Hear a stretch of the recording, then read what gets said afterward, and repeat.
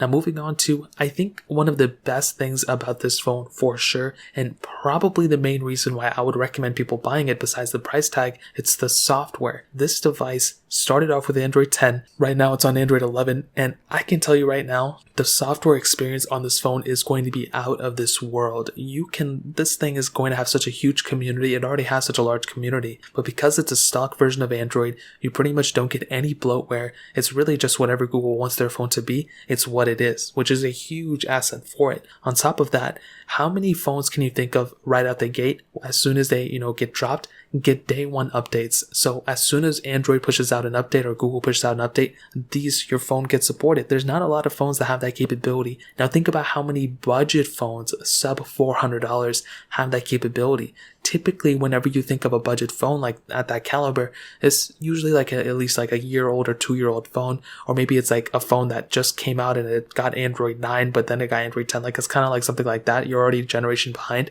This type of device is a budget phone with beautiful software, and it's still going to be getting support for such a long time, and there's going to be such a large community behind it because so many people are going to get their hands on it, and it's such a no-brainer in that sense. This is a solid phone when it comes down to that specific point. Now, it doesn't have like the craziest amount of features, but I would still take stock Android over something like a bloated One UI 3 in my opinion. Now, kind of going in the same vein, you have a 3140 mAh battery. Now, I think this is probably again one of those areas that I wished it did kind of had maybe like a 3500 mAh battery or something, but I do think the 3140 is okay. I haven't really been somebody to brag about this specific battery life. I think it's actually pretty good, but I think we've just gotten into this day and age where we're kind of spoiled. We've been getting like 5000 mAh batteries on the S21 Ultras and these phones, but I do think for 3140, for not having a high refresh rate or anything like that, it actually does handle it pretty well. So I think overall the battery size and the software gets a thumbs up from me. I still think it's a solid performing phone in terms of those two things,